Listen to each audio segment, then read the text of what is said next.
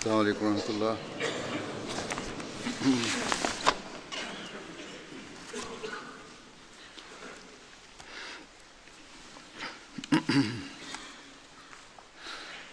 أشهد أن لا إله إلا الله وحده لا شريك له وأشهد أن محمدا عبده ورسوله أما بعد فأعوذ بالله من الشيطان الرجيم بسم الله الرحمن الرحيم الحمد لله رب العالمين الرحمن الرحيم مالك يوم الدين إياك نعبد وإياك نستعين اهدنا الصراط المستقيم صراط الذين أنعمت عليهم غير المغضوب عليهم ولا الضالين۔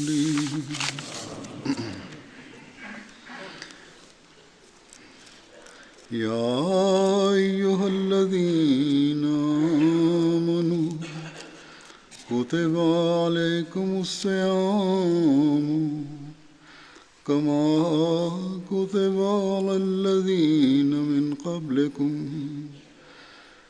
لعلكم تتقون۔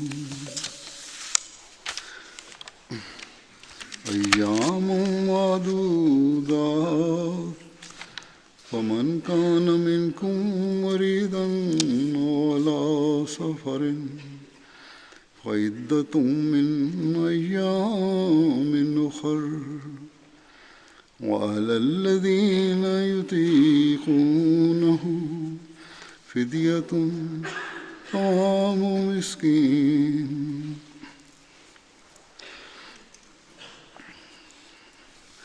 فمن تطوع خيرا فهو خير له وأن تصوموا خير لكم إن كنتم تعلمون۔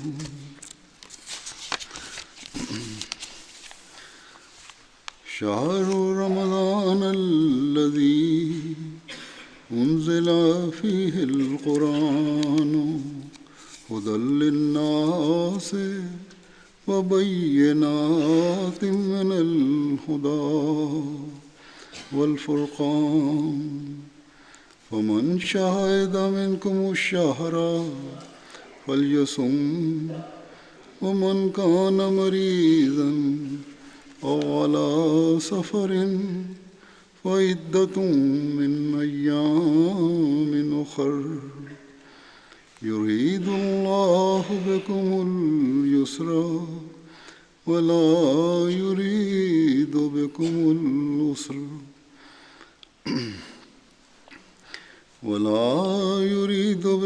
العسر ولتكملوا العدة ولتكبروا الله على ما هداكم ولعلكم تشكرون۔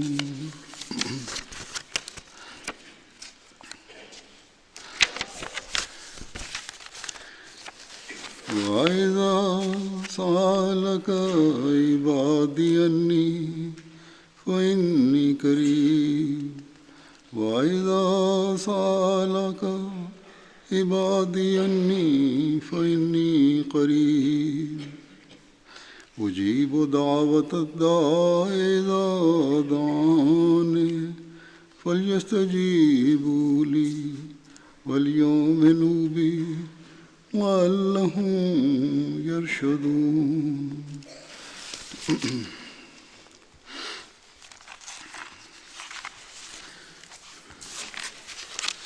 ان آیات کا ترجمہ ہے کہ اے لوگو جو ایمان لائے ہو، تم پر بھی روزوں کا رکھنا اسی طرح فرض کیا گیا ہے جس طرح ان لوگوں پر فرض کیا گیا تھا جو تم سے پہلے گزر چکے ہیں، تاکہ تم تقوی اختیار کرو، روحانی اور اخلاقی کمزوریوں سے بچو۔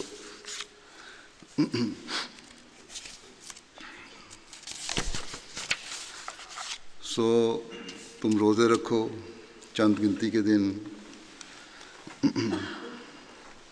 اور تم میں سے جو شخص مریض ہو یا سفر میں ہو تو اسے اور دنوں میں تعداد پوری کرنی ہوگی، اور ان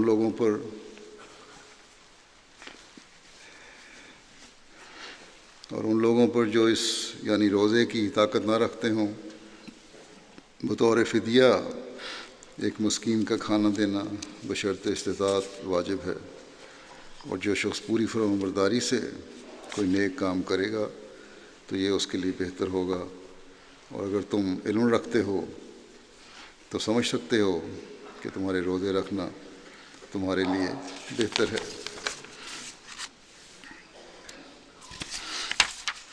رمضان کا مہینہ وہ مہینہ ہے جس کے بارے میں قرآن کریم نازل کیا گیا، وہ قرآن جو تمام انسانوں کے لیے ہدایت بنا کر بھیجا گیا ہے، یا جس میں قرآن کریم نازل کیا گیا، اور جو کھلے دلائل اپنے اندر رکھتا ہے، ایسے دلائل جو ہدایت پیدا کرتے ہیں، اور اس کے ساتھ قرآن میں الہی نشان بھی ہیں۔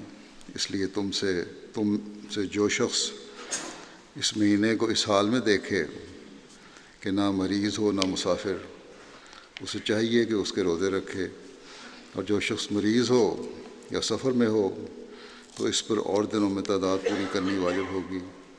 اللہ تمہارے لیے آسانی چاہتا ہے اور تمہارے لیے تنگی نہیں چاہتا، اور یہ حکم اس نے اس لیے دیا ہے کہ تم تنگی میں نہ پڑو، اور تاکہ تم تعداد کو پوری کر لو، اور اس بات پر اللہ کی بڑائی کرو کہ اس نے تم کو ہدایت دی ہے، اور تاکہ تم اس کے شکر گزار بنو۔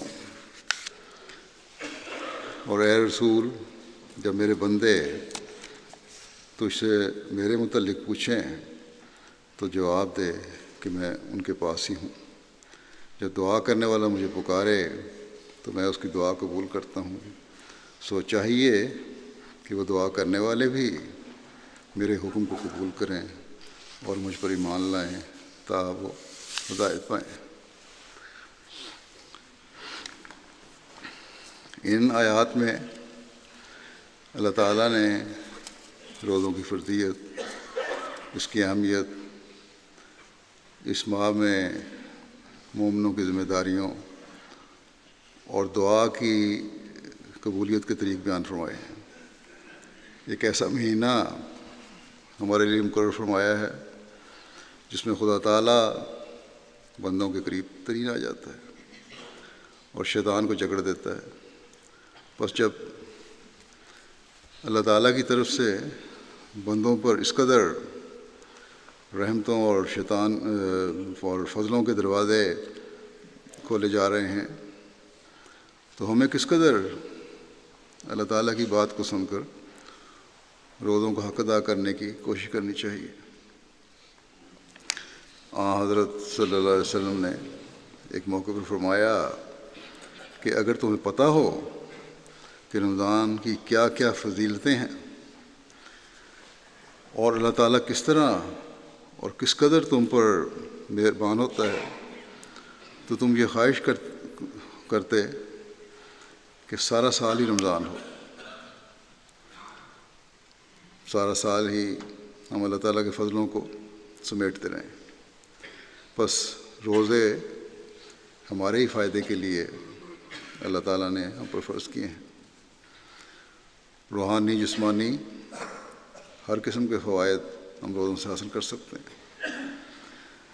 اب تو غیر مسلم ڈاکٹر بھی اس بات کے قائل ہو رہے ہیں، پہلے چند ایک تھے، اب بڑھتی جا رہی تعداد کہ روزوں سے انسان کی صحت پر بھی خوشگوار اثر پڑتا ہے، بلکہ بعض غیر مسلم یہ لکھنے لگ گئے ہیں کہ روزوں سے انسانی زندگی میں ڈسپلن بھی پیدا ہوتا ہے۔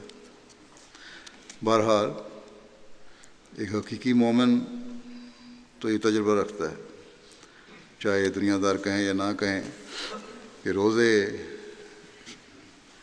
ایک مومن کی جہاں جسمانی حالت کو بہتر کرتے ہیں، وہاں اس سے بہت بڑھ کر روحانی طور پر بھی اس کی حالت بہتری کی طرف لے جانے کا باعث بنتے ہیں۔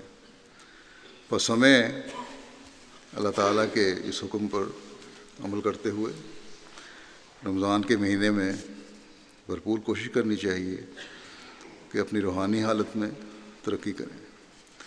ان آیات میں اللہ تعالیٰ نے جو باتیں بیان کی ہیں وہ یہ ہے کہ ایک مومن ہر ایک مسلمان جو ہے، حقیقی مسلمان جو ہے، اس پر روزہ فرض کیا گیا ہے۔ صبح سے شام تک بھوکا رہنا نہیں ہے یہ روزہ۔ حضرت مسیح علیہ والسلام نے فرمایا کہ خدا تعالیٰ کا منشا اس سے یہ ہے کہ ایک غذا کو کم کرو اور دوسری کو بڑھاؤ۔ ہمیشہ روزے دار کو یہ مد نظر رہنا چاہیے کہ اس سے اتنا ہی مطلب نہیں ہے کہ بھوکا رہے، بلکہ اسے چاہیے کہ خدا تعالیٰ کے ذکر میں مصروف رہے تاکہ تبتل اور انقطاع حاصل ہو، یعنی خدا تعالیٰ سے تعلق میں، اس کی عبادت میں، ذکر الہی میں انسان بڑھے اور دنیا کی طرف کم توجہ ہو۔ دنیا کے کام تو ساتھ رہتے ہی ہیں، وہ نہیں رکتے، لیکن ان کو کرتے ہوئے بھی خدا تعالیٰ کی یاد رہے، اس کے احکامات پر نظر رہے، اس کا ذکر ہوتا رہے۔ آپ فرماتے ہیں کہ بس روزے سے یہی مطلب ہے کہ انسان ایک روٹی کو چھوڑ کر جو جسم کی روٹی ہے، جو جسم کی پرورش کرتی ہے، دوسری روٹی کو حاصل کرے جو روح کی تسلی اور سیری کا باعث ہے۔ جو لوگ محض خدا کے لیے روزے رکھتے ہیں اور نرے رسم کے طور پر نہیں رکھتے، انہیں چاہیے کہ اللہ تعالیٰ کی حمد اور تسبیح اور تحلیل میں لگے رہیں۔ حضرت صلی اللہ علیہ وسلم نے بھی فرمایا کہ اللہ تعالیٰ کو تمہارے بھوکا رہنے سے کوئی غرض نہیں ہے۔ پھر اللہ تعالیٰ یہ بیان فرما کر کہ روزہ تم پر فرض کیا گیا ہے، اس آیت میں فرماتا ہے، جو پہلی آیت ہے، کہ اس لیے فرض ہے کہ تاکہ تم تقوی اختیار کرو۔ اور تقوی کیا ہے؟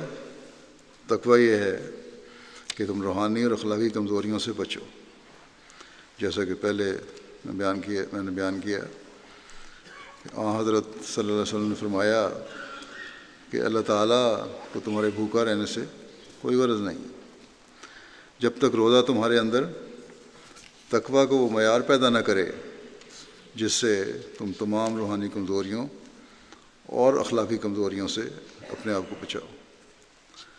روزہ رکھنا بے فائدہ ہے، اور تقوی کی وضاحت حضرت مسیح علیہ والسلام نے ایک موقع پر اس طرح فرمائی۔ آپ فرماتے ہیں کہ متقی بننے کے واسطے یہ ضروری ہے کہ بعد اس کے کہ موٹی باتوں جیسے زنا، چوری، تلف حقوق، لوگوں کے حقوق کی تلفی کرنا، حق مارنا، ریا، بناوٹ، عجب، حقارت، بخل کے ترک میں پکا ہو، یعنی یہ برائیاں جو ہیں ان کو چھوڑنے میں پکا ہو، تو اخلاق رذیلہ سے پرہیز کر کے ان کے بالمقابل یہ برے اخلاق جو ہیں ان سے پرہیز کر کے اس کے بالمقابل اخلاق فاضلہ میں ترقی کرے، اچھے اخلاق اپنائے، لوگوں سے مروت سے پیش آئے، لوگوں سے مروت، خوش خلقی، ہمدردی سے پیش آئے۔ اپنے اخلاق بہتر کرے۔ آپ فرماتے ہیں خدا تعالیٰ کے ساتھ سچی وفا اور صدق دکھلاوے، یہ بھی تقویٰ کے لیے ضروری ہے، روحانیت کے لیے ضروری ہے۔ سچی وفا ہو اللہ تعالیٰ کے ساتھ اور سچا تعلق ہو۔ خدمات کے مقام محمود تلاش کرے، اس میں اللہ تعالیٰ کی جو حقوق ہیں وہ بھی آ گئے، اللہ تعالیٰ کے احکامات کی پورا کرنا، اور لوگوں کے جو تعلقات ہیں ان کی خدمت ہے وہ بھی آ گئی۔ یعنی ایسی بے نفس خدمت ہو کہ لوگ کہیں کہ واقعی خدا تعالیٰ کی خاطر خدمت کر رہا ہے، کسی قسم کا کوئی اپنے ذاتی مفاد نہ ہو۔ فرمایا کہ ان باتوں سے انسان متقی کہلاتا ہے، اور جو لوگ ان باتوں کے جامع ہوتے ہیں، جب انہیں سب جمع ہو جائیں چیزیں، وہی اصل متقی ہوتے ہیں۔ یعنی اگر ایک خلق فرداً کسی میں ہو تو اسے متقی نہیں کہیں گے، جب تک بحیثیت مجموعی اخلاق فاضلہ اس میں نہ ہو۔ اور ایسے ہی شخصوں کے لیے لا خوف علیہم ولا هم یحزنون ہے، یعنی نہ ہی ان کو کوئی خوف ہوگا اور نہ ہی وہ غم کریں گے۔ اللہ تعالیٰ نے ان کو یہ ضمانت دے دی۔ اور اس کے بعد ان کو کیا چاہیے؟ جب اللہ تعالیٰ کی یہ ضمانت مل گئی، اللہ تعالیٰ ایسوں کا متولی ہو جاتا ہے، جیسے کہ وہ فرماتا ہے وَهُوَ يَتَوَلَّى الصَّالِحِينَ۔ حدیث شریف میں آیا ہے کہ اللہ تعالیٰ ان کے ہاتھ ہو جاتا ہے جس سے وہ پکڑتے ہیں، ان کی آنکھ ہو جاتا ہے جس سے وہ دیکھتے ہیں، ان کے کان ہو جاتا ہے جن سے وہ سنتے ہیں، ان کے پاؤں ہو جاتا ہے جن سے وہ چلتے ہیں۔ اور ایک اور حدیث میں ہے کہ جو میرے ولی کی دشمنی کرتا ہے میں اس سے کہتا ہوں کہ میرے مقابلے کے لیے تیار رہو۔ ایک جگہ فرمایا کہ جب کوئی خدا کے ولی پر حملہ کرتا ہے تو خدا تعالیٰ اس پر ایسے جھپٹ کر آتا ہے جیسے ایک شیرنی سے کوئی اس کا بچہ چھینے تو وہ غضب سے جھپٹتی ہے۔ بس روزوں کا حق ادا کر کے جب تقویٰ کے یہ معیار ہوں تو تبھی وہ روزے بھی ایک انسان کو، ایک مومن کو، ایک مسلمان کو اللہ تعالیٰ کی ڈھال کے پیچھے لے آتے ہیں۔ حضرت ابو ہریرہ سے روایت ہے کہ حضرت صلی اللہ علیہ وسلم نے فرمایا کہ اللہ تعالیٰ فرماتا ہے کہ انسان کا ہر عمل اس کی ذات کے لیے ہوتا ہے سوائے روزوں کے۔ بس روزہ میری خاطر رکھا جاتا ہے۔ اللہ تعالیٰ فرماتا ہے کہ روزہ انسان میری خاطر رکھتا ہے۔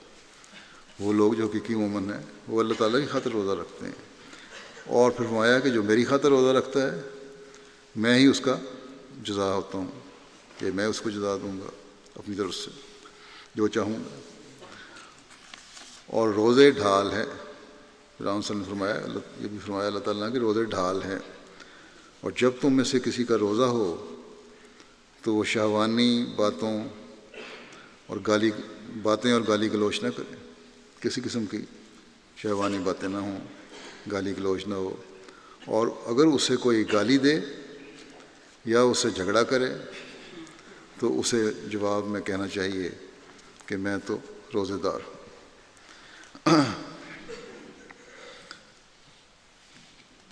میں کسی قسم کی لغویات میں نہیں پڑتا۔ آپ صلی اللہ علیہ وسلم نے فرمایا یہ بیان کرنے کے بعد کہ اس ذات کی قسم جس کے قبضہ قدرت میں محمد صلی اللہ علیہ وسلم کی جان ہے کہ روزہ داروں کے منہ کی بو، روزہ دار کے منہ کی بو اللہ تعالیٰ کے نزدیک کستوری سے زیادہ اچھی ہے۔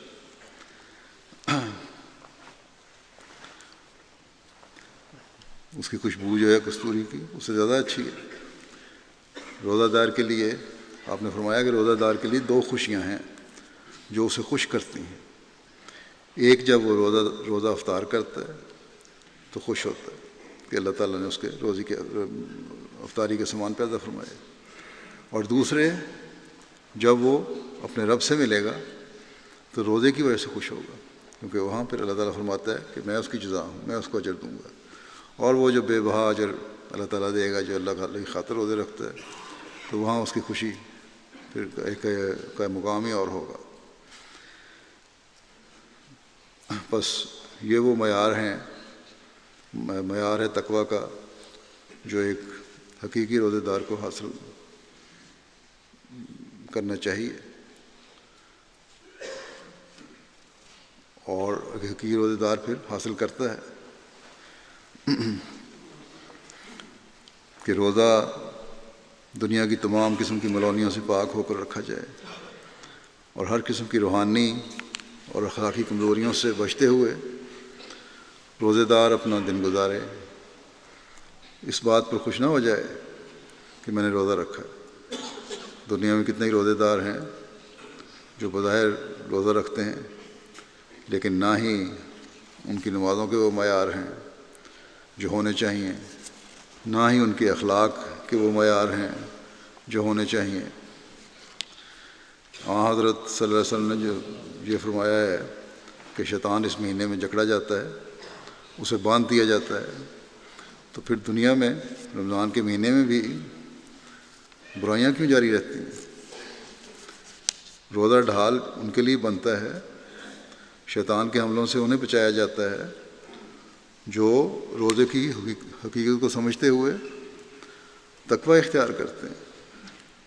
بس یہ وہ اصل مقصد ہے جو ہمیں ہر وقت اپنے سامنے رکھنا چاہیے، ورنہ حضرت صلی اللہ علیہ وسلم نے یہ بھی فرمایا ہے کہ بے شک رمضان میں جنت کے دروازے کھول دیے جاتے ہیں اور جہنم کے دروازوں کو تالے لگا دیے جاتے ہیں اور شیطانوں کو زنجیروں میں باندھ دیا جاتا ہے، لیکن اس کے باوجود آپ نے یہ بھی انذار فرما دیا، اس بات کی طرف بھی توجہ دلائی کہ اگر پھر بھی کوئی رمضان کو پائے اور بخشا نہ جائے تو پھر کب بخشا جائے گا؟ بس یہ بات آپ ہمیں فرما رہے ہیں، مسلمان کہلانے والوں کو فرما رہے ہیں، ان لوگوں کو فرما رہے ہیں جن کو اللہ تعالیٰ نے یہ فرمایا کہ روزہ تمہارے پر فرض کیا گیا تاکہ تم ان دنوں میں صرف اور صرف خدا تعالیٰ کی عبادت اور اخلاقی معیاروں کی بلندیوں کو حاصل کرنے کی کوشش کرو۔ لیکن اگر نہیں کرو گے تو صرف رمضان کا آنا، شیطان کا جکڑا جانا، جنت کے دروازے کھلنا، جہنم کے دروازوں پر تالے لگنا کوئی فائدہ نہیں دے گا۔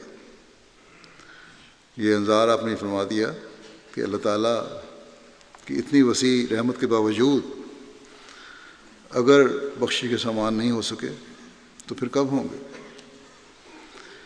بس ہم صرف خوش ہو کر رمضان کے آنے اور روزوں کی مبارکبادیں دینے ہی پر نہ رہے ہیں، بلکہ ہمیں اپنے جائزے لینے چاہیے کہ کیا ہم اللہ تعالیٰ نے جو رمضان کے روزوں کا مقصد بیان فرمایا ہے اس کے لیے کوشش کر رہے ہیں یا نہیں۔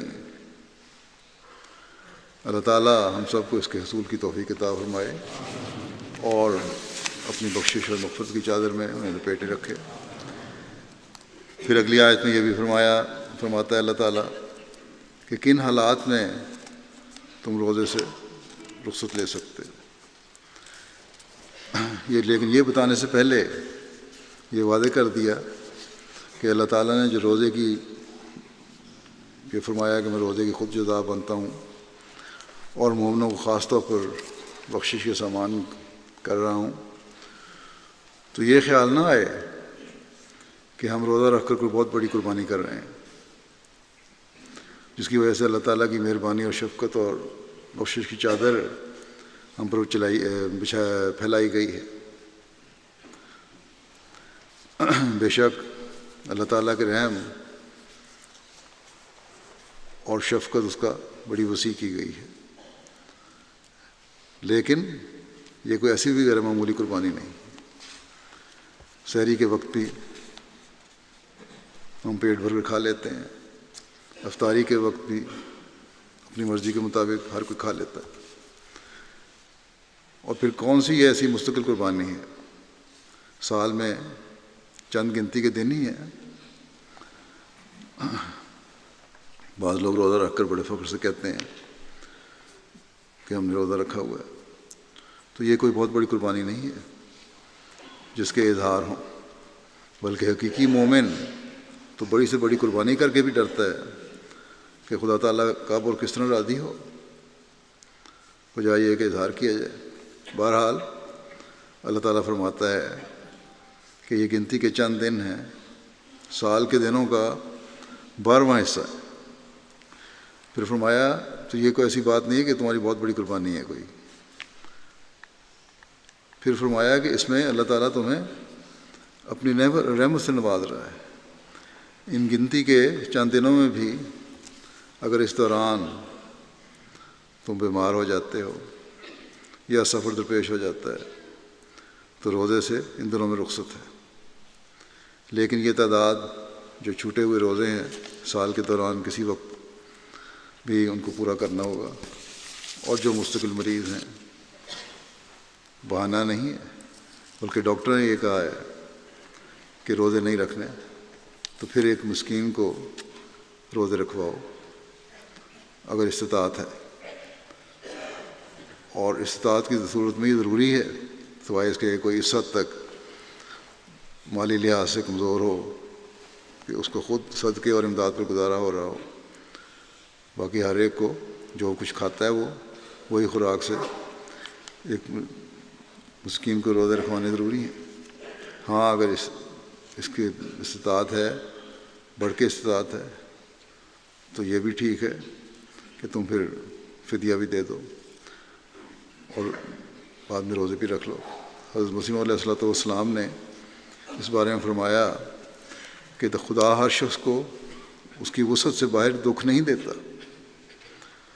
وسعت کے موافق آپ فرماتے ہیں کہ وسعت جتنی ہے، جتنی گنجائش ہے، جو خود کھاتے پیتے ہو اس کے مطابق گزشتہ کا فدیہ دے دو، اور آئندہ عہد کرو کہ سب روزے ضرور رکھوں گا۔ آپ نے فرمایا کہ ایک دفعہ میرے دل میں خیال آیا کہ فدیہ کس لیے مقرر کیا گیا، تو معلوم ہوا، سوچا میں نے، تو پھر مجھ پہ کھلا یہ کہ توفیق کے واسطے اس لیے مقرر کیا گیا ہے تاکہ اللہ تعالیٰ توفیق دے، تاکہ روزے کی توفیق اس سے حاصل ہو۔ فرمایا کہ خدا تعالیٰ تو قادر مطلق ہے، وہ اگر چاہے تو ایک مدکوک کو بھی روزے کی طاقت عطا کر سکتا ہے۔ ایسا مریض جس کو دل کی بیماری ہے، ٹی بی کا مریض ہے، اس کو بھی اللہ تعالیٰ طاقت دے سکتا ہے کہ اس کی صحت اچھی کر دے اور روزہ رکھے۔ تو فدیہ سے یہی آپ فرماتے ہیں کہ فدیہ سے یہی مقصود ہے کہ وہ طاقت حاصل ہو جائے، اور یہ خدا کے فضل سے ہی ہوتا ہے۔ آپ فرماتے ہیں کہ پس میرے نزدیک خوب ہے کہ انسان دعا کرے کہ الہی یہ تیرا ایک مبارک مہینہ ہے اور میں اس سے محروم رہا جاتا ہوں، اور کیا معلوم کہ آئندہ سال زندہ رہوں یا نہ، یا ان فوت شدہ روزوں کو جو چھوٹ گئے روزے ان کو ادا کر سکوں یا نہ کر سکوں، دوبارہ سے اجازت دے یا نہ دے، اور اس سے توفیق طلب کرے۔ آپ فرماتے ہیں یہ باتیں کہہ کے اللہ تعالیٰ سے توفیق طلب کرے انسان۔ بس فدیہ عارضی مریض بھی دے سکتے ہیں، اور پھر سفر ختم ہونے پر، صحت ہونے پر روزہ رکھنا بھی ضروری ہے۔ یہ دونوں چیزیں اس سے ثابت ہوتی ہیں۔ آپ نے فرمایا کہ جو صحت پا کر روزے رکھنے کے قابل ہو جاتے ہیں ان کے لیے صرف فدیہ کا خیال کرنا اباحت کا دروازہ کھولنا۔ جو ایسی صحت ہے جو صحت والی رمضان کے بعد یا رمضان میں بیمار ہوئے تو بعد میں صحت یاب ہو گئے، اگر وہ صرف یہ کہتے ہیں کہ ہم نے رمضان میں روزے نہیں رکھے اور فدیہ دے دیا تھا، تو یہ تو اباحت کا دروازہ کھولنا ہے، بلا وجہ کی اجازت ہے کہ راستے کھولنا ہے، غلط بدعتیں پیدا کرنا ہے۔ اگر فدیہ دے بھی دیا ہے رمضان میں تب بھی رمضان کے بعد پھر روزے رکھنے ضروری ہیں. سال کے دوران کسی وقت بھی رکھے جا سکتے ہیں. فرماتے ہیں کہ ہاں مستقل مریض، دودھ پلانے والی عورتیں، حاملہ عورتیں جو ہیں، اس پر اس حالت میں کہ سال گزر جائے اس کے لیے صرف فدیہ ہی کافی ہوتا ہے. لیکن فدیہ کے ساتھ اس مہینے میں عبادتوں اور ذکر الہی اور دوسری نیکیوں کو جاری رکھنا ضروری ہے. یہ نہیں کہ فدیہ دے دیا تو اب ہماری ہر چیز سے ہم فارغ ہو گئے.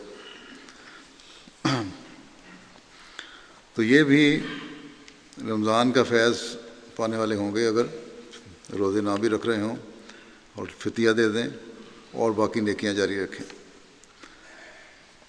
صرف فدیہ دے کر نمازوں کو بھول جانا اور دوسری نیکیوں کو بھول جانا یہ صرف مومن نہیں بنا دیتا، حقیقی مومن نہیں بنا دیتا. رمضان کی برکات میں حصہ دار نہیں بنا دیتا. پھر اللہ تعالیٰ اس آیت میں یہ فرماتا ہے کہ جو بھی نیکی تم پوری فرمانبرداری سے کرتے ہو، دل نہیں بھی چاہ رہا ہو تو کرتے ہو کہ اللہ تعالیٰ کا حکم ہے، تو اللہ تعالیٰ اس کے بہتر نتائج پیدا کرے گا. بعض کے نزدیک فمن تطوع خیرن کا یہ بھی مطلب ہے کہ کوئی کام نفلی طور پر بھی تم کرتے ہو تو یہ بھی تمہارے لیے بہتر ہے. دونوں مطلب اس کے ہیں، یعنی زائد فدیہ دے دیا نفلی طور پہ، یا ایک کے بجائے 2 مسکینوں کو کھلا دیا، یا پتہ ہونے کے باوجود کہ آج روزہ کسی وجہ سے نہیں رکھ سکا، کل رکھ لوں گا، پھر بھی فدیہ دے دیا تو یہ زائد نیکی ہے. اللہ تعالیٰ فرماتا ہے کہ تمہارے لیے بہتر ہے، کیونکہ اللہ تعالیٰ تمہیں نیکیوں کے خواہ وہ اپنے پر بوجھ ڈال کر کی جائیں یا نفلی نیکیاں کی جائیں، خوشی سے کی جائیں، اللہ تعالیٰ اس کا اجر دیتا ہے. اس آیت کے آخر میں پھر اللہ تعالیٰ نے فرمایا کہ تمہارے لیے روزے رکھنا ہر لحاظ سے تمہارے لیے بہتر ہے. پھر اس سے اگلی آیت میں اللہ تعالیٰ فرماتا ہے کہ اس مہینے میں ہم نے قرآن نازل فرمایا جو تمہارے لیے ہدایت کا موجب ہے اور کھلے اور روشن دلائل اور نشان اپنے اندر رکھتا ہے. بس قرآن کو رمضان کے مہینے سے بھی ایک خاص نسبت ہے. اسی مہینے میں روزوں کے ساتھ اس کے پڑھنے، اس پر غور کرنے، اس کے احکامات کو تلاش کر کے ان پر عمل کرنے کی کوشش کرنی چاہیے تاکہ اللہ تعالیٰ کے احکامات پر عمل کر کے ہم رمضان کے روزوں سے حقیقی فیض اٹھا سکیں. ہر ایک قرآن کریم کے گہرے مطالب پر کی گہرائی تک خود نہیں پہنچ سکتا. اس لیے قرآن کریم کی تلاوت اور ترجمے کے ساتھ جو کہ وہ خود پڑھ سکتا ہے، جماعت کی طرف سے جہاں جہاں درس کا انتظام ہے مساجد میں اس سے فائدہ اٹھانا چاہیے. اسی طرح MTA پر باقاعدہ درس کا انتظام ہے، اس سے استفادہ ضروری ہے. خصوصی رابطے کے درس چل رہے ہیں اس پہ. حضرت صلی اللہ علیہ وسلم کا بھی یہی ارشاد ہے کہ اس مہینے میں قرآن کریم کی تلاوت زیادہ کیا کرو. قرآن کریم کی تلاوت کی طرف اس کو پڑھنے کی، قرآن کریم پڑھنے کی طرف توجہ ایک احمدی کو تو عام دنوں میں بھی بہت زیادہ ہونی چاہیے، لیکن رمضان میں تو خاص طور پر اس کا اہتمام ضروری ہے، ورنہ صرف روزے رکھنا بے فائدہ ہے.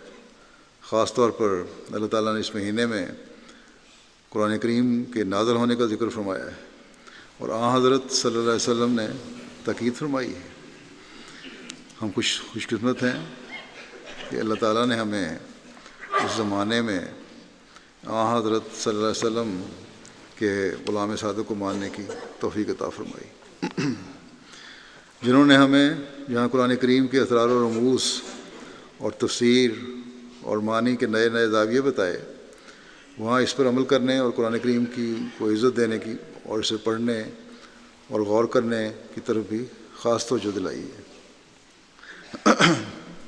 اور بتایا کہ تمہیں کس خاص توجہ سے اس کو پڑھ کر اس پر عمل کرنا چاہیے اور اپنی حالتوں میں کیا تبدیلی پیدا کرنی چاہیے۔ چنانچہ ایک جگہ حضرت مسیح علیہ السلام فرماتے ہیں، علوم ظاہری اور علوم قرآنی کے حصول کے درمیان ایک عظیم الشان فرق ہے۔ جو ظاہری دنیاوی علوم ہیں اور قرآن کے علوم ہیں، ان کے درمیان ایک بہت بڑا فرق ہے۔ دنیاوی فرماتے ہیں کہ دنیاوی اور رسمی علوم کے حاصل کرنے کے واسطے تقوی شرط نہیں ہے، صرف فرمایا کہ صرف و نحو، طبی، فلسفہ، حیات و طباعت پڑھنے کے واسطے یہ ضروری امر نہیں ہے۔ صرف نحو پڑھ لیا یا طبیعات پڑھ لی، فلسفہ پڑھ لیا، اسٹرانومی وغیرہ پڑھ لیا، طبابت، میڈیسن وغیرہ پڑھنے کے لیے یہ ضروری امر نہیں ہے کہ تقوی ضروری ہو، یا یہ ضروری نہیں ہے کہ وہ صوم و صلات کا پابند ہو، نماز کا پابند ہو۔ یہ بڑی اہم بات ہے۔ قرآن کریم کو سمجھنے کے لیے روزوں کی پابندی بھی ضروری ہے، عبادتوں کی پابندی بھی ضروری ہے، نمازوں کی پابندی بھی ضروری ہے، تقوی میں بڑھنا بھی ضروری ہے۔ فرمایا کہ وہ ضروری نہیں ہے کہ وہ صوم و صلات کا پابند ہو اور امر الہی اور نواہی کو ہر وقت مد نظر رکھتا ہو، جو اللہ تعالیٰ کے حکم ہیں، جن کو کرنے کا اللہ تعالیٰ نے حکم دیا ہے اور جن کو نہ کرنے کا اللہ تعالیٰ نے حکم دیا ہے، ان کو ہر وقت سامنے رکھے، مد نظر رکھے۔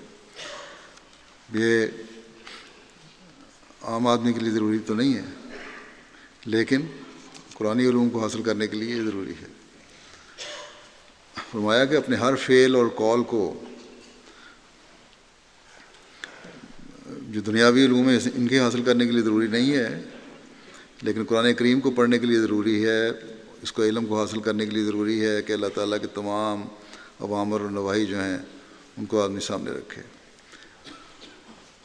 آپ فرماتے ہیں کہ اپنے ہر فعل اور قول کو اللہ تعالیٰ کے احکام کی حکومت کے نیچے رکھے، بلکہ بسا اوقات دیکھا گیا ہے کہ دنیاوی علوم کے ماہر اور طلبگار دہریہ منش ہو کر ہر قسم کے فسق و فجور میں مبتلا ہوتے ہیں۔ آج دنیا کے سامنے ایک زبردست تجربہ موجود ہے۔ فرماتے ہیں کہ آج دنیا کے سامنے ایک زبردست تجربہ موجود ہے۔ یورپ اور امریکہ باوجود ہے کہ وہ لوگ ارضی علوم میں بڑی بڑی ترقیاں کر رہے ہیں اور آئے دن نئی ایجادات کرتے رہتے ہیں، لیکن ان کی روحانی اور اخلاقی حالت بہت ہی قابل شرم ہے۔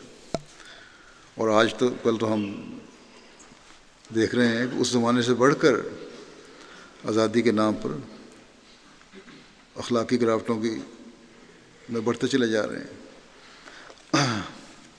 آپ فرماتے ہیں کہ لندن کے پارکوں اور پیرس کے ہوٹلوں کے حالات جو کچھ آیا ہوئے ہیں، ہم تو ان کا ذکر بھی نہیں کر سکتے، مگر علوم آسمانی اور اسرار قرآنی کی واقفیت کے لیے تقوی پہلی شرط ہے۔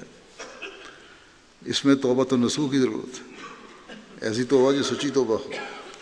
جب تک انسان پوری فروتنی اور انکساری کے ساتھ، عاجزی کے ساتھ، انکساری کے ساتھ اللہ تعالیٰ کے احکام کو نہ اٹھا لے، اللہ تعالیٰ کے حکموں پر عمل نہ کرے اور اس کے جلال اور جبروت سے لرزاں ہو کر نیاز مندی کے ساتھ رجوع نہ کرے، قرآنی علوم کا دروازہ نہیں کھل سکتا، اور روح کے ان خواص اور قوا کی پرورش کا سامان اس کو قرآن شریف سے نہیں مل سکتا، جس کو پا کر روح میں ایک لذت اور تسلی پیدا ہوتی ہے۔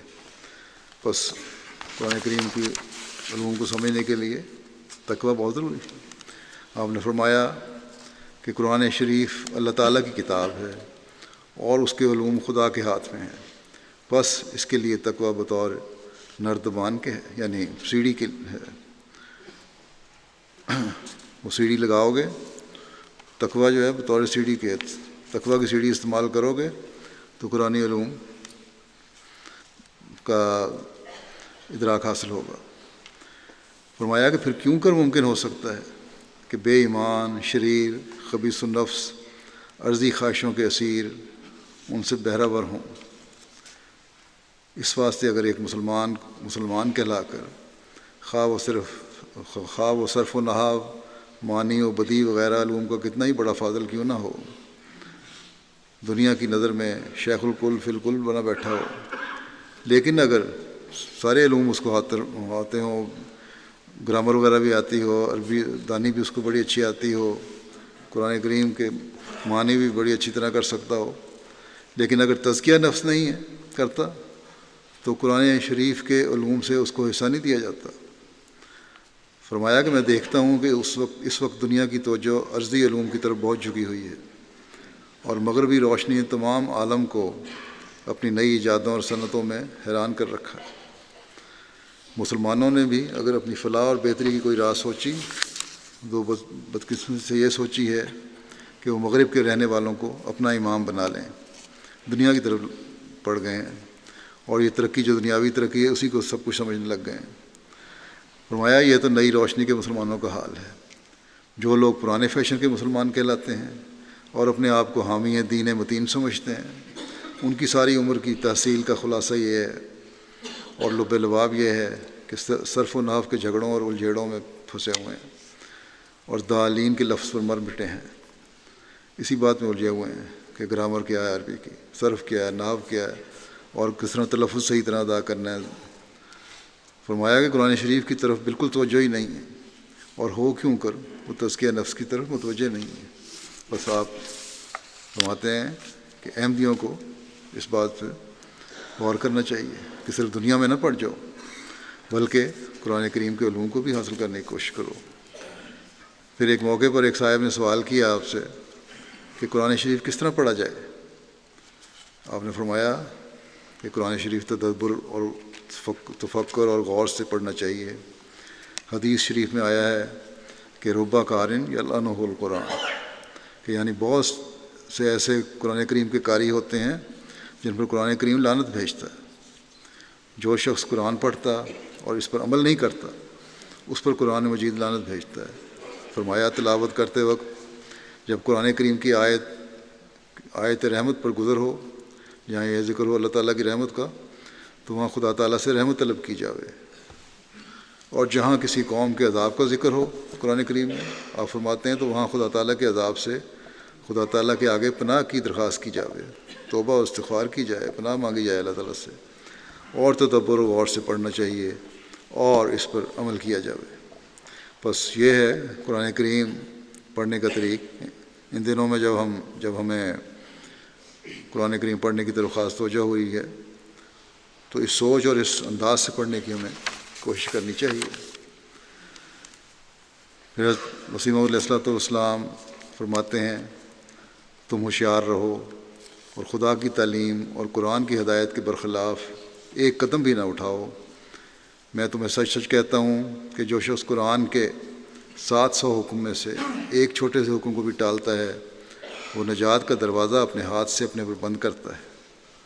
حقیقی اور کامل نجات کی راہیں قرآن نے کھولیں اور باقی سب اس کے ذیل تھے، سو تم قرآن کو تدبر سے پڑھو اور اس سے بہت ہی پیار کرو، ایسا پیار کہ تم نے کسی سے نہ کیا، کیونکہ جیسا کہ خدا نے مجھے مخاطب کر کے فرمایا کہ الخیر و کلہ فی القرآن، کہ تمام قسم کی بھلائیاں قرآن میں ہیں، یہی بات سچ ہے۔ افسوس فرماتے ہیں افسوس ان لوگوں پر جو کسی اور چیز کو اس پر مقدم رکھتے ہیں۔ فرمایا تمہاری تمام فلاح اور نجات کا سرچشمہ قرآن میں ہے، کوئی بھی تمہاری ایسی دینی ضرورت نہیں جو قرآن میں نہیں پائی جاتی۔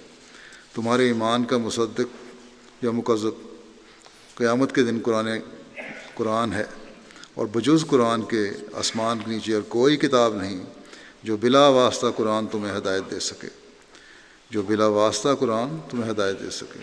قرآن کے واسطے سے گزرو گے تبھی ہدایت ملے گی۔ خدا نے فرمایا خدا نے تم پر بہت احسان کیا ہے جو قرآن جیسی کتاب تمہیں عنایت کی۔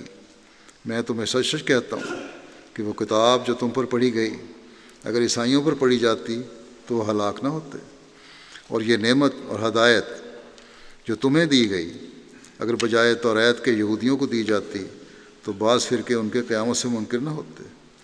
پس اس نعمت کی قدر کرو جو تمہیں دی گئی ہے۔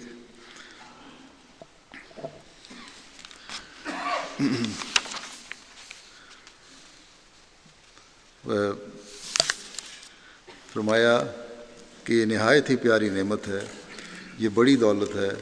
اگر قرآن نہ آتا تو تمام دنیا ایک گندے مضغے کی طرح تھی، ایک لوتھڑے کی طرح تھی گندے۔ قرآن وہ کتاب ہے جس کے مقابل پر تمہاری تمام ہدایتیں ہیچ ہیں۔ بس قرآن کریم پڑھنے، اسے سمجھنے اور اس کی ہدایات پر عمل کرنے کی طرف ہمیں خاص طور پر توجہ دینے کی ضرورت ہے۔ رمضان میں بہت سے لوگوں کی اس طرح توجہ پیدا ہوتی ہے، تو پھر اسے اپنی زندگی کا مستقل حصہ بنانے کی ضرورت ہے کہ اللہ تعالیٰ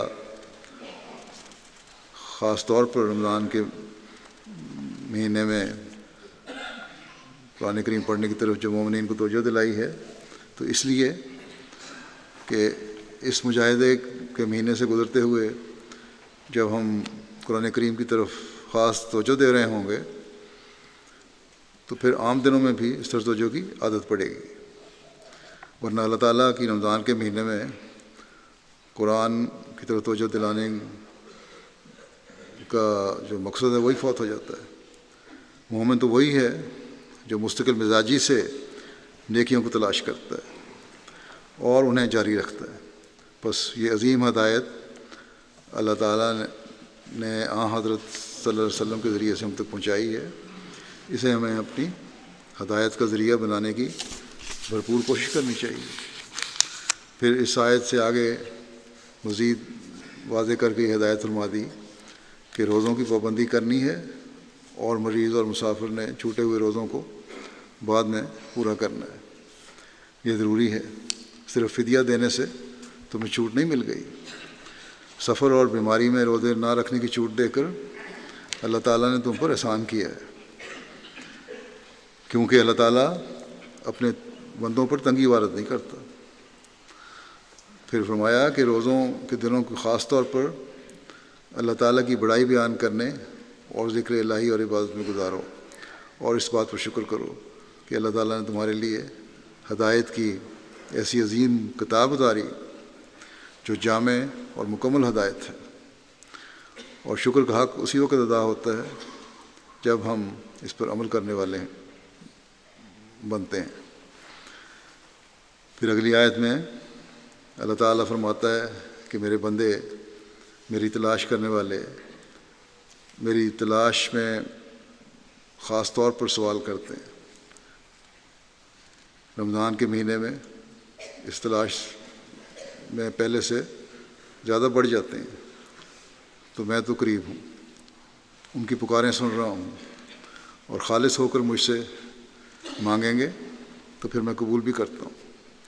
لیکن دعا قبول کروانے کے لیے ضروری ہے کہ دعا کرنے والا بھی میری بات مانے۔ اللہ تعالیٰ فرماتا ہے میرے حکم کو قبول کریں،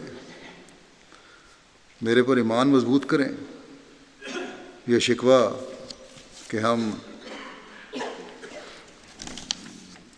تو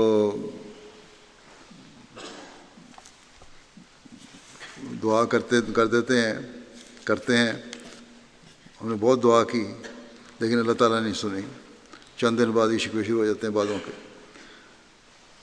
اگر ہم اللہ تعالیٰ کی ہدایت کو نہیں سنتے، اس پر عمل نہیں کرتے، اللہ تعالیٰ سے محبت کی تلاش نہیں کرتے، اس کے حقیقی بندے نہیں بنتے، صرف مشکل وقت آنے یا کسی تکلیف کے وقت میں ہی اسے پکارتے ہیں اور پھر بھول جاتے ہیں، تو پھر کس طرح شکوہ کر سکتے ہیں کہ اللہ تعالیٰ نے ہماری دعائیں نہیں سنی؟ بس پہلے ہمیں اپنے آپ کو سنوارنا ہوگا۔ ہاں، اپنے آپ کو سنوارنے کے لیے بھی کوشش کے ساتھ اللہ تعالیٰ کے فضل کو جذب کرنے کے لیے دعا کی ضرورت ہوتی ہے، اس لیے دعا بھی کرنی ہوگی۔ پھر اللہ تعالیٰ ہماری تسکین اور سکون کے سامان بھی پیدا فرمائے۔ کس طرح قبولیت کرتا ہے؟ اگر دل کو تسکین مل جاتی ہے، سکون مل جاتا ہے، تو یہ بھی قبولیت ہی ہے۔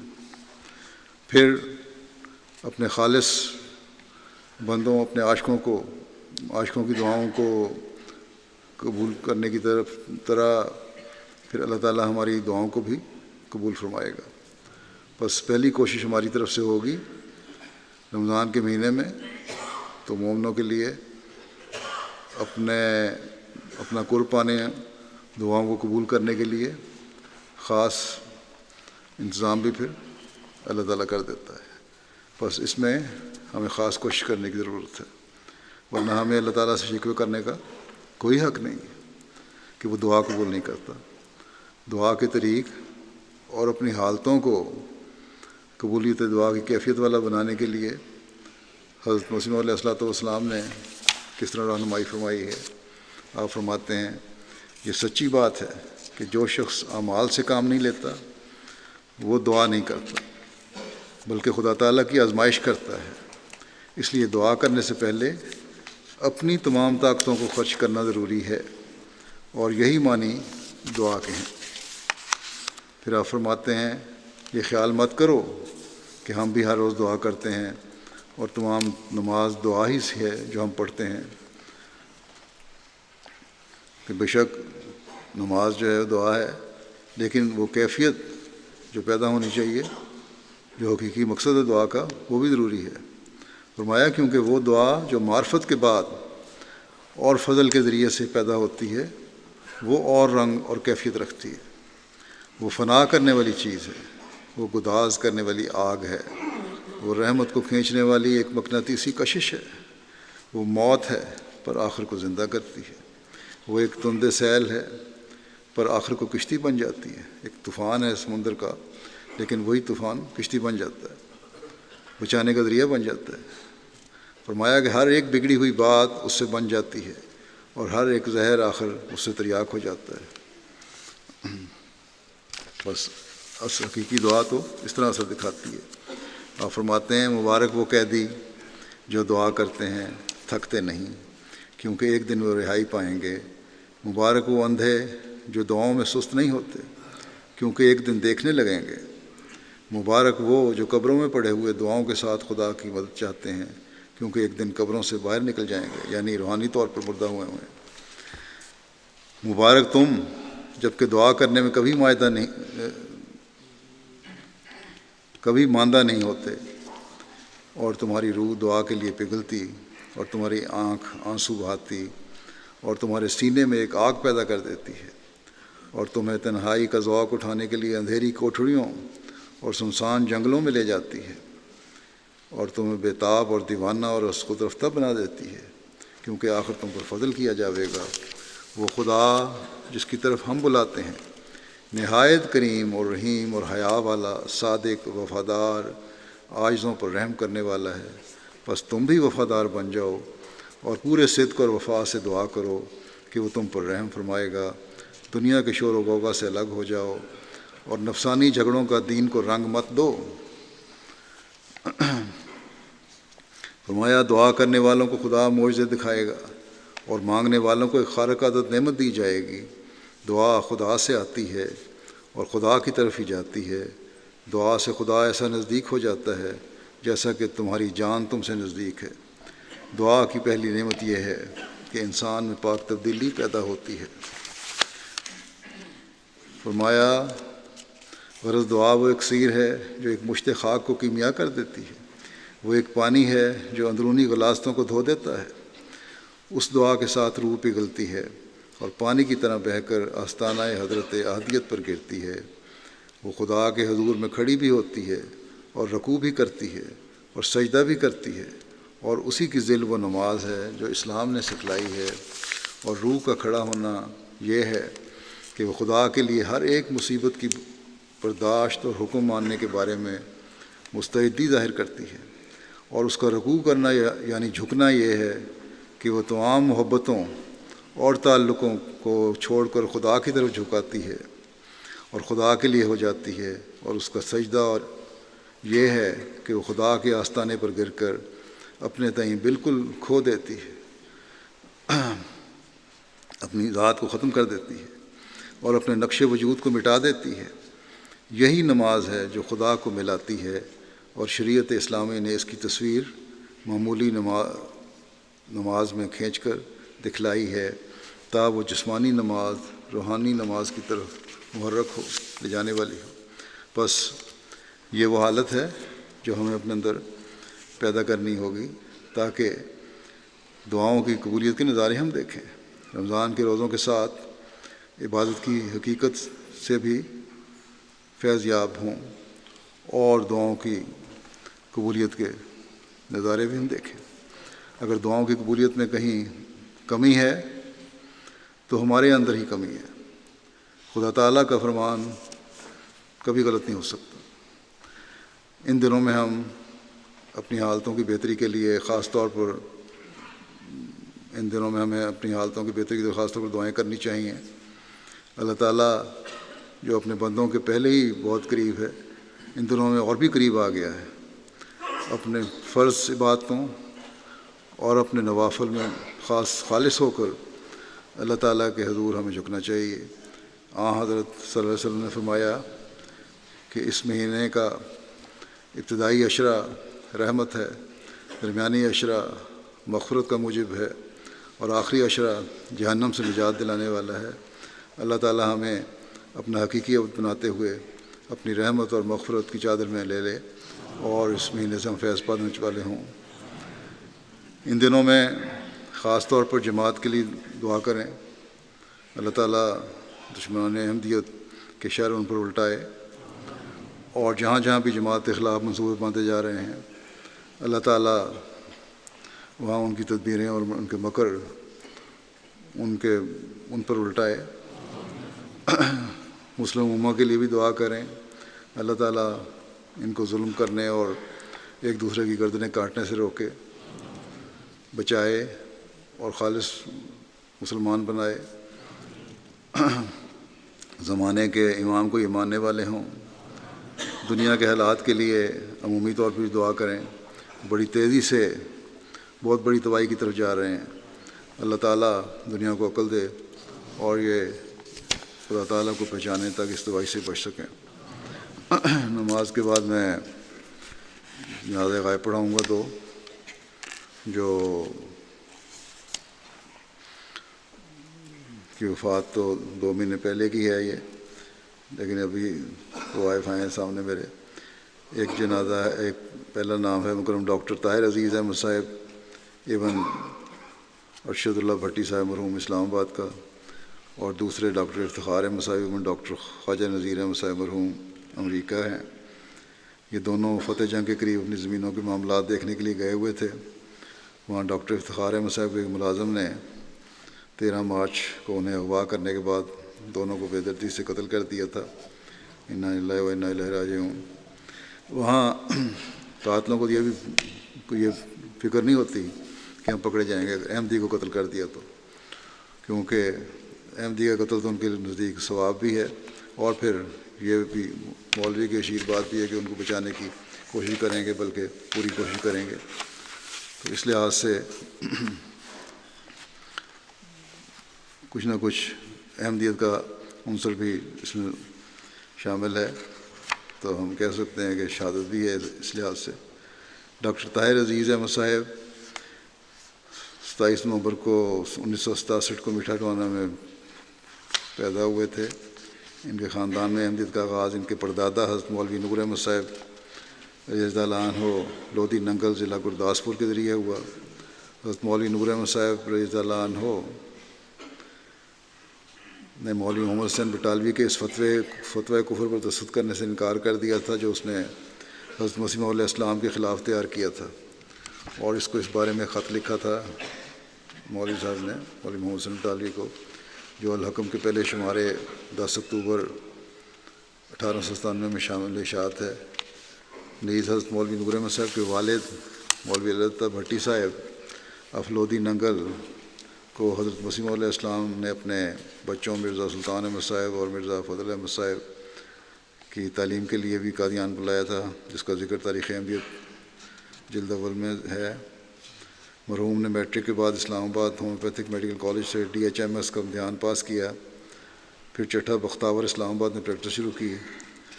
بڑے ہر دل عزیز ڈاکٹر تھے، بے حد خلیق تھے، متواضع تھے، ہمدرد اور نفیس طبع انسان تھے۔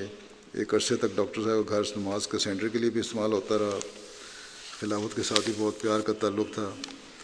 آپ کی وفات پر سینکڑوں غیرت جماعت مرد و زن نے تجدید کی اور آپ کی وفات کو ایک قومی نقصان قرار دیا۔ پسماندگان میں ان کی اہلیہ کے علاوہ 2 بیٹیاں اور 1 بیٹا یادگار چھوڑے ہیں۔ بیٹا ان کا یہاں لندن میں ہے، خالد صاحب، رانا خالد صاحب کا داماد ہے۔ ان کے بھائی، بڑے بھائی ہیں فضیل یاز صاحب، جو وقف زندگی ہیں، مربی ہیں، پہلے MTA میں خدمات بجا لا رہے تھے، اب جامعہ احمدیہ روا میں ہیں۔ دوسرے جو مرحوم ہیں وہ ہیں ڈاکٹر افتخار احمد صاحب۔ ان کا تعلق تریگٹی ضلع گوجرانوالہ سے تھا۔ آپ حضرت محمد جمال صاحب بھی مسیح موعود کے نواسے تھے۔ ان کے خاندان میں احمدیت کا آغاز آپ کے دادا خواجہ جلال الدین صاحب کے ذریعے خلافت ثانیہ میں ہوا۔ ان کے والد خواجہ نذیر احمد صاحب کو تعلیم اسلام کالج روا میں کیمسٹری پڑھانے کی توفیق ملی۔ مرحوم ڈاکٹر صاحب نے king Edward medical college Lahore سے MBBS کرنے کے بعد تقریباً 3 سال احمدیہ کلینک کانو نائجیریا میں خدمت کی توفیق پائی۔ 3 سال بعد امریکہ چلے گئے، جہاں ہم نے اپنی MD کیا۔ اس کے بعد تقریباً 15 سال پاکستان رہنے کے بعد وہاں سے MD کر کے پھر آ گئے پاکستان۔ پھر 15 سال یہاں رہے، پاکستان میں رہے۔ پھر 3 سال پہلے امریکہ منتقل ہو گئے تھے، جہاں کیلیفورنیا میں آپ نے اپنا دھیان پاس کر کے وہیں کام شروع کر دیا۔ پھر بچیوں کی وجہ سے پاکستان آ گئے۔ مرحوم بڑے غریب پرور، خدمت خلق کے جذبے سے سرشار تھے، مالی تحریکات میں بڑھ چڑھ کر حصہ لینے والے تھے اور ایک مخلص انسان تھے۔ پسماندگان میں اہلیہ کے علاوہ 3 بیٹیاں یادگار چھوڑی ہیں۔ اللہ تعالیٰ تمام مرحوم ان کے ساتھ رحمت اور مغفرت کا سلوک فرمائے اور ان کی اولاد کو بھی جماعت اور خلافت سے وابستہ رکھے۔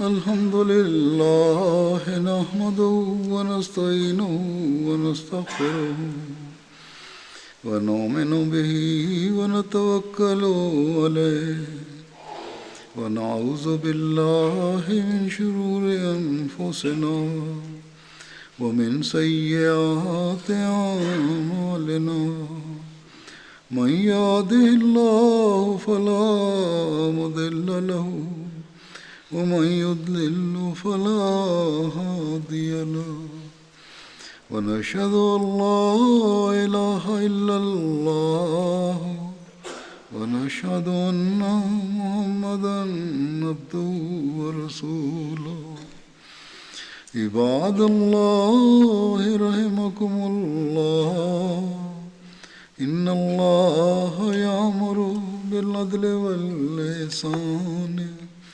وإيتاء ذي القربى وينهى عن الفحشاء والمنكر والبغي يعظكم لعلكم تذكرون اذكروا الله يذكركم وادعوه يستجب لكم ولذكر الله أكبر